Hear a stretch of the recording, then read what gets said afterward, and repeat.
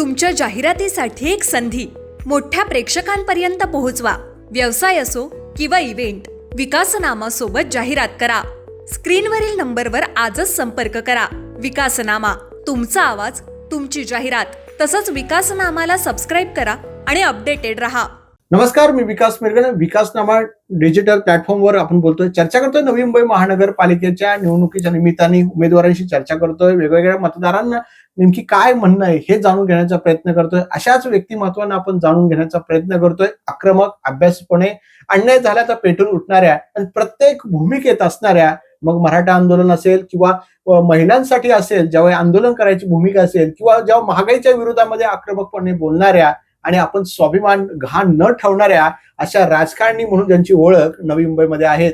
अन्याय झाला तर पेटून उठणाऱ्या, हे चालणार नाही हे नेतृत्वाला सांगणाऱ्या, कारण मी महिलांसाठी आणि मी पक्षासाठी लढणाऱ्या, सातत्याने सांगणाऱ्या आणि ठोस भूमिका घेणाऱ्या अशाच आक्रमक, अभ्यासू नेत्या नवी मुंबईच्या महापालिकेच्या निवडणुकीच्या रिंगणात आहेत. केवळ महिलांचा आणि सक्षम विकास झाला पाहिजे याच धोरणानुसार शरद पवारांनी जी अंमलबजावणी केली, त्याच धोरणानुसार नवी मुंबई शहरात सुद्धा महिलांचे प्रश्न त्याच पद्धतीने मांडावेत याच दृष्टीने उभे आहेत. आपल्यासोबत सुनीता देशमुख आहेत. खूप परिचय मी तुमचा सांगितला, खरं अनेक वर्ष आपण ओळखतो, पाहतोय.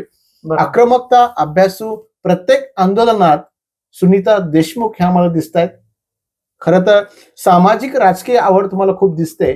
समाजाबरोबर राजकारण करणं हे तुम्ही एक धोरण अवलंबलं आहे. कसं पाहताय? खरं तर तुम्ही म्हटलं त्याप्रमाणे पहिल्यांदा माझी सुरुवातच समाजकारणातून झालेली आहे. 2005 ला माझं एक स्फूर्ती महिला मंडळ होतं आणि स्फूर्ती महिला मंडळातून त्यावेळेस तो असा काळ होता की त्यावेळेस राजकारणाकडे महिला येत नव्हत्या आणि समाजकार्यही करण्यासाठी फार कमी महिला उतरायच्या. त्यावेळेस आपण ठरवलं की आपण एकत्र आल्यानंतर आपल्या बरोबर महिला येतील, त्यांच्यासाठी आपण काहीतरी करू.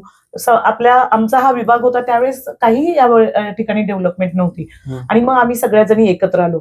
आणि ज्यावेळेस मी एकत्र आल्यानंतर आमच्या हळूहळू लक्षात आलं की आमच्या या विभागामध्ये पोलीस चौकी नव्हती. आमच्या महिलांच्यावरती असा अन्याय व्हायचा, काही वेळेस घरगुती असेल अन्याय, किंवा या ठिकाणी नवीन विभाग असल्या कारणाने चोरांचा सुळसुळाट होता. महिला रस्त्यावरती बाहेर भाजीपाला घेण्यासाठी उतरल्यानंतर त्यांच्या गळ्यातले मंगळसूत्र, कानातलं वगैरे खेचलं जायचं आणि असे प्रकार खूप घडत होते. त्याच्यानंतर मग आमच्या महिला मंडळात असं ठरलं की आपण ह्याच्यावरती आपण आवाज उठवूया. मग त्यावेळेस आपले राज्याचे गृहमंत्री आपले कैलासवती वाशी आदरणीय आर पाटील साहेब होते. आणि मग आम्ही काय केलं, पहिल्यांदा पोलीस स्टेशन, एसीपी, डीसीपी यांना पहिला पत्र व्यवहार केला. आणि काही काळ गेल्यानंतर आमच्या लक्षात आलं की हे फक्त पत्र घेतात आणि बाजूला ठेवून देतात. मग मी माझ्या काही महिलांना ज्यांच्यावरती अन्याय झाला, त्यातल्या या इथे आत्ताही महिला असतील, कदाचित ही मुलाखत बघितल्यावर त्यांच्या लक्षात येईल की मला मॅडम घेऊन गेलेल्या होत्या. मी आर पाटील साहेबांच्याकडे त्यांना आणि माझं एक निवेदन घेऊन गेले. पण निवेदन घेऊन त्याच्या आधी मी पतंगराव कदम साहेब, म्हणजे माझे नातेवाईक पतंगराव कदम साहेब होते, त्यावेळेस पण ते कॅबिनेट मंत्री होते. मी साहेबांना जाऊन भेटले आणि मी म्हटलं की मला असं माझ्या विभागामध्ये एक पोलीस चौकी हवी आहे आणि मला त्यासाठी तुम्ही मदत करा. मग त्यांनी त्यावेळेस त्यांचं स्वतःचं एक लेटर तयार केलं आणि आर पाटील साहेबांना ते लेटर दिलं आणि त्याच्यावरती असं सांगितलं की आमच्या ह्या पदाधिकारी आहेत, त्यांना आपल्याला असं मदत हवी आहे. आम्ही आर पाटील साहेबांना भेटलो आणि आर पाटील साहेबांनी त्वरित त्या पत्रावरती पण डीसीपी साहेबांना लिहून दिलं की लवकरात लवकर या ठिकाणी पोलीस चौकी झाली पाहिजे आणि एक फोन करूनही त्यांना कळवलं. पण त्याच्यानंतर आम्ही डीसीपी साहेबांना भेटलो आणि मग त्यांनी मला सांगितलं की तुम्ही त्या ठिकाणी पोलीस चौकी पाहिजे असं कुठे सिडकोच्या प्लॅन मध्ये आहे का, तर मला प्लॅन आणून दाखवा. मग मी तो प्लॅन सिडकोतून काढला आणि तो प्लॅन मी दिला. मग त्याच्यानंतर ती पोलीस चौकी कोण उभारणार, मग त्याच्यावरती असं ठरलं की एखाद्या बिल्डरला सांगून आपण ती पोलीस चौकी उभं करायची. आणि अक्षरशः ते आम्ही 1 ते 2 वर्षाचा काळ आम्ही तो सगळा पाठपुरावा केला आणि त्या ठिकाणी ही आता जी गायमुख पोलीस चौकी आहे ती उभा राहिली. म्हणजे अशा संघर्षातून पोलीस चौकी उभा राहिली 100%. आणि आता काय झालेलं आहे, म्हणजे पहिल्या महिलांच्या प्रश्न पहिलंच पोलीस चौकी तुम्ही दिली. हो, काय झालं माहितीये का, आता लोकांना काय झालेलं आहे, त्यावेळेस सोशल मीडिया कमी होती आणि आता त्यावेळेस गाजावाजा पण केला नाही. त्यावेळेस केलेली कामं लोकांना माहित नव्हती. काही राजकारणी पाठीमागून आले आणि त्यांनी सांगितलं की मी केलं, परंतु हे जे काम केलेलं मी तुम्हाला सांगितलंय, मी आता माझा कार्यावल काढला आणि त्याच्यात ते छापलेलं पण आहे.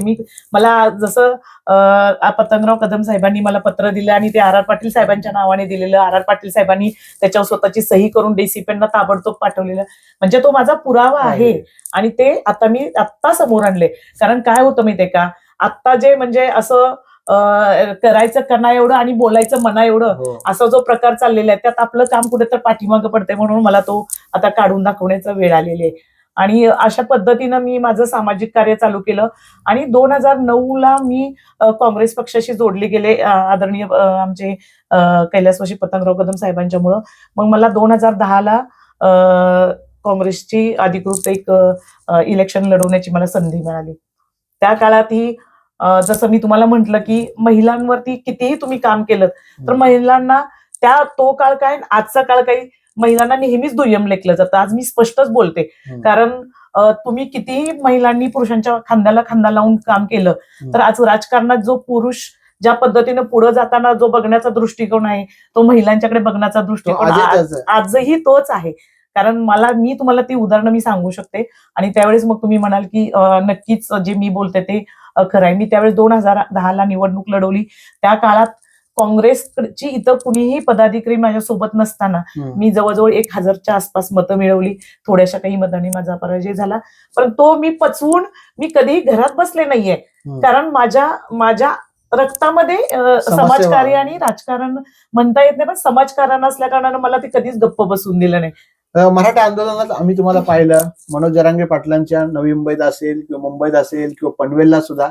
काय एवढं मराठ्यांचं आंदोलन नेतृत्वाला तुम्ही ठाम दिसल्या? बघा, आज आता तुम्ही म्हटलात ना, प्रत्येकाला आपल्या समाजाबद्दल अभिमान आहे. तुम्ही इतर समाजाची पण जी लोक पाहिलं तर तेवढं समाजानं सांगतात. जर मी आज ज्या समाजात जन्माला आले त्यांच्यासाठी काहीतरी करण्याची जर माझ्यावरती वेळ आली तर मी आक्रमकपणे त्यामध्ये राहणारच ना. कारण जर मी आज, मला माहितीये की मी जर आज काही केलं तर भविष्यात माझ्या मुलांना त्याचा फायदा नाही झाला, पण माझ्या नातवंडांना, माझ्या समाजाच्या लोकांच्या मुलांना त्याचा फायदा होऊ शकतो. म्हणून आम्ही तो त्यामध्ये भाग घेतलेला होता. खरं तर तुम्ही राष्ट्रवादी काँग्रेसकडून निवडणूक लढवताय, कसा प्रचार सुरू आहे?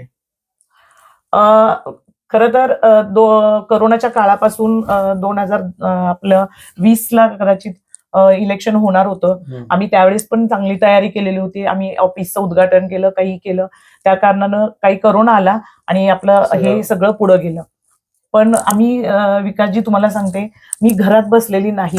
आज या विभागामध्ये, सीऊड विभागामध्ये कुठल्याही एका महिलेनं मला दाखवून द्यायचं आणि पुराव्यासहित दाखवावं की करोनाच्या काळात सगळे घरात बसलेले असताना मी एक सीऊड मधली महिला आहे की मी रस्त्यावरती काम केलेले आहे उतरून, आणि त्याचे माझ्याकडे पुरावे आहेत. आम्ही त्यावेळेस सोसायट्या सॅनिटाईज केल्या.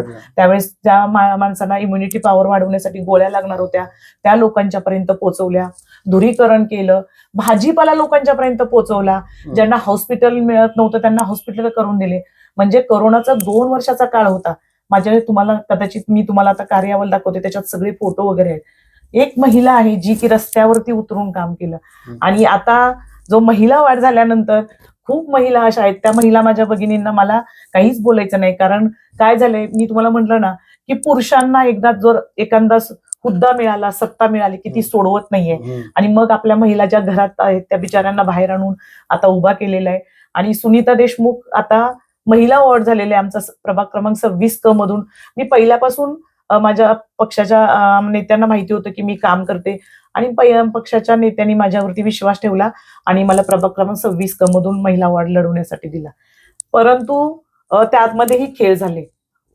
म्हणजे आता मला खरं सांगते, मला उघड सांगायचंय, मी आता तुम्ही आलात म्हणून मी तुमच्याजवळच नाही, पण ह्याच्यानंतर हळूहळू तुम्हाला माझ्या काही गोष्टी भूमिका कळतील. मी एक महिला म्हणून काम करते. मी म्हंटल ना तुम्हाला की खांद्याला खांदा लावून काम करते. परंतु आमच्या विभागातील काही पुरुषांनी एकत्र येऊन असं केलं की नको ही आपल्याला महिला सोबत, म्हणून त्यांनी आपलं पॅनल आतल्या आत ठरवलं.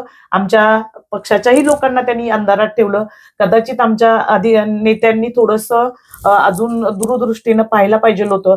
आणि असं झालं की ऐन वेळ आल्यानंतर त्यांनी काही पुरुषांचं एकत्र पॅनल केलं आणि त्यांच्या महिलांना घेतलं आणि मला सुनीता देशमुखला एकटं या विभागामध्ये राष्ट्रवादी काँग्रेसच्या पक्षावरती आज लढायची वेळ आलेली आहे.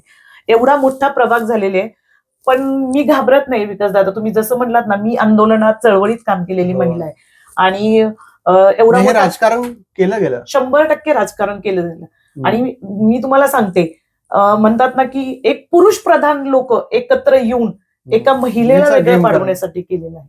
आणि हे मला ज्याच जाणवलं. पवार साहेबांनी महिलांचं धोरण मंजूर केलं, ज्याची चर्चा होते, त्याच पवार साहेबांच्या राष्ट्रवादीमध्ये असं अहो काय कसलं म्हणजे पवार साहेबांच्या पक्षामधलं नाही मी सांगत, इतर पक्षांच्या लोकांच्या बद्दल मी बोलते. आमच्या पक्षात नेहमीच महिलांना आदर दिला जातो. तुम्ही पाहत असाल की इतर पक्षातल्या महिलांच्या पेक्षा आमच्या पक्षामध्ये महिला कार्यकर्त्या किती असतात.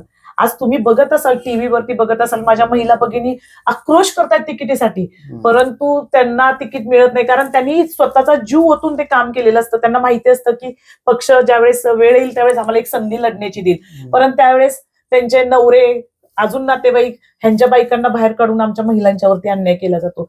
त्याच पद्धतीने आज या विभागात पण तसंच घडलेलं आहे. तुम्ही आम्हाला वेगवेगळे आंदोलनं दिसतात, खरोखर एक सामाजिक राजकीय उपक्रम पाहताय. महिलांचा प्रतिसाद खूप मोठ्या प्रमाणात असतात. तुमच्या काळामध्ये त्यावेळेला तुम्ही वेगळ्या पक्षात असेल, तरुणांची फौज महिलांची जास्ती होती.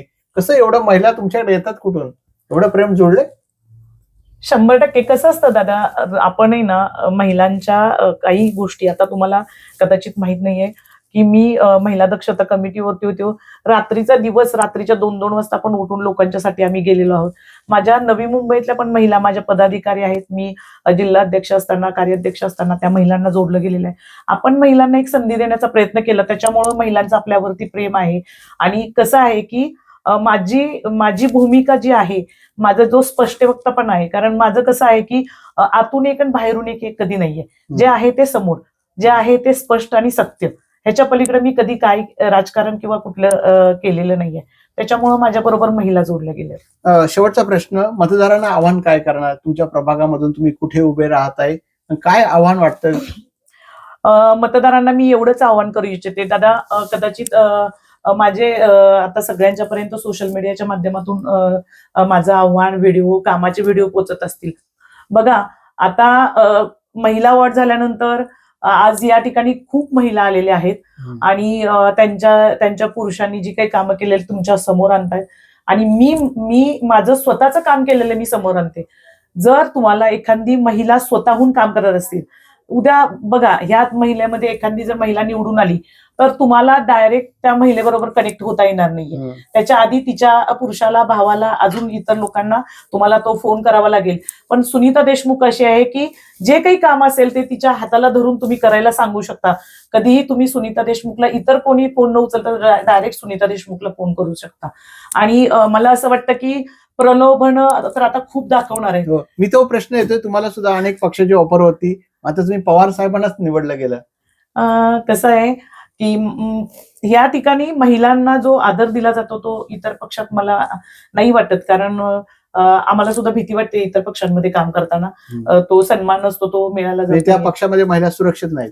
सुरक्षित म्हणता येत नाही. कसं असतं, एक तुम्हाला सांगते, महिलांना फार काही नको असतं. म्हणजे महिला पैशाचं राजकारण कधीच करत नाहीये. किंवा महिलांचं कसं असतं, माझं घर चांगलं आहे तसं बाकी सगळं ठेवावं.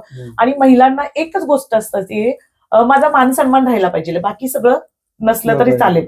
तर तो मान सन्मान आहे तो आमच्या पक्षामध्ये मिळाला जातो. आमचे आदरणीय पवार साहेब असतील, सुप्रियाताई असतील, आमचे नेते जयंत पाटील साहेब असतील, शशिकांत शिंदे साहेब, कायम महिलांच्याकडे आदराने पाहण्याचा त्यांचा दृष्टिकोन आहे. त्याच्यामुळे याच दिवसभरामध्ये शेड्यूल कसं असतं प्रचाराचं? काय तंत्र अवलंबून जात आहे? महिलांसोबत संवाद कसा होतो? सकाळी उठल्यानंतर मी घरगुती बाई आहे, पहिल्यांदा सांगते. मला थोडंफार घरातलं पण बघावं लागतं ना, आजही बघावं लागतं. कारण मी किचन झाल्यानंतर 100% राजकारण, समाजकारण करताना माझं घर सांभाळलं. घर नंतर मग ते सकाळी थोडंसं घरातलं बघून बाहेर येते. ऑफिसमध्ये आल्यानंतर ज्यांना ज्यांना आपल्याला कनेक्ट व्हायचं त्या सगळ्यांना फोन करते. काही लोकांना घरी जाऊन भेटावं लागतं, विनंती करावी लागते, माझी भूमिका स्पष्ट करावी लागते आणि सांगावं लागतं की मी आज आता एकटी आहे. आणि खरं सांगू दादा, प्रचार करताना अतिशय प्रचंड असा चांगला प्रतिसाद मिळतो. कारण या जेवढ्या महिला आहेत त्याच्यात ओळखीचा चेहरा म्हटलं तर सुनीताताई तुमचा आहे. आणि ज्यावेळेस लोकांच्या तोंडातून ते शब्द येतात ना, त्यावेळेस कुठे तर मनाला खूप छान वाटतं. हे तुमच्या कामाची दखल घेतली जाते, 100% घेतली जाते. तुम्ही हे पाहाल. कारण आहे ना, कसं आहे की मी आजपर्यंत जे कासवाच्या गतीनं काम केलेलं आहे ना, ते नक्कीच लोकांच्या लक्षात राहण्यासारखं आहे आणि ते लक्षात ठेवताय. बायोडाटा देण्याची गरज नाही पडत कधीच. आता तर मी काल माझ्या सेक्टर मधल्या 2 सोसायट्या केल्या. प्रत्येक घरात गेले, अरे तुम्हाला तर मी ओळखते, तुम्ही मला काही सांगायची आवश्यकता नाही, आम्ही नक्कीच. आणि मग मग मला पुढे बोलायचीच गरज लागत नाहीये. लोक सगळे असे बोलतात की आम्ही ओळखतो, तुमचं काम आम्हाला माहिती आहे. आणि 20 वर्षापासून विशेष सांगायचं म्हणजे आता जस्ट मी एक पाळणा घरासाठी आंदोलन केलं आणि कदाचित मला असं हा, ते वाटतं की मध्ये सिवड संदर्भामध्ये 1,500 ते 2,000 लोकांनी त्या ठिकाणी भेट दिली. आणि मला असं वाटतं त्या ठिकाणी भेट देऊन येण्यापेक्षा त्या तिथून जाणाऱ्या येणाऱ्या लोकांनी, महिलांनी मला बोलले की ताई तुम्ही रस्त्यावरती बसून 2 दिवस काढले उपाशीपोटी आणि तुमचं काम करण्याचं जे डेअरिंग आहे. आम्हाला असं वाटलं होतं की इतर राजकारणी ज्या पद्धतीने आंदोलन करतात की सकाळी केलं की दुपारी संपवतात, असा ते ग्रह होता settlement चं लोकांचा. आंदोलन असतं. ते तसं करायला असं वाटलेलं. परंतु तो दिवस संध्याकाळ गेली आणि दुसऱ्या दिवशी ज्यावेळेस मी तसाच बसून राहिलो त्यावेळेस त्या महिलांच्या मनावरती तो परिणाम केलेला आणि तो मतामध्ये उतरेल. कारण कसं असतं, आज माझ्या महिला भगिनी आहेत ना, त्यांना राजकारण कळत नाहीये. त्यांना आता खूप प्रलोभन दाखवायचा हो. प्रयत्न केलेला आहे आणि त्या त्याच्याकडे न बघता मी केलेल्या कामाकडे बघतायत आणि ते त्याचं नक्कीच मला मदत करतील, श्रेय देतील, मला असं वाटतं. ओके, हे होते सुनीता देशमुख यांनी सुद्धा विचारांची लढाई ही विचारांनी केली जाईल आणि मी केलेल्या कामाच्या जोरावर मला निश्चित मतदान होईल आणि अनेक आश्वासनं, अनेक ऑफर आल्या, मात्र मी शरद पवार गटामध्ये राहण्याचं पसंत केलं. तुम्हाला खूप खूप शुभेच्छा. पुन्हा आपण भेटूया धन्यवाद. मतदान झाल्यानंतर. नक्की. तुमच्या जाहिरातीसाठी एक संधी मोठ्या प्रेक्षकांपर्यंत पोहोचवा. व्यवसाय असो किंवा इव्हेंट, विकासनामा सोबत जाहिरात करा. स्क्रीनवरील नंबरवर आजच संपर्क करा. विकासनामा, तुमचा आवाज, तुमची जाहिरात. तसंच विकासनामाला सबस्क्राईब करा आणि अपडेटेड रहा.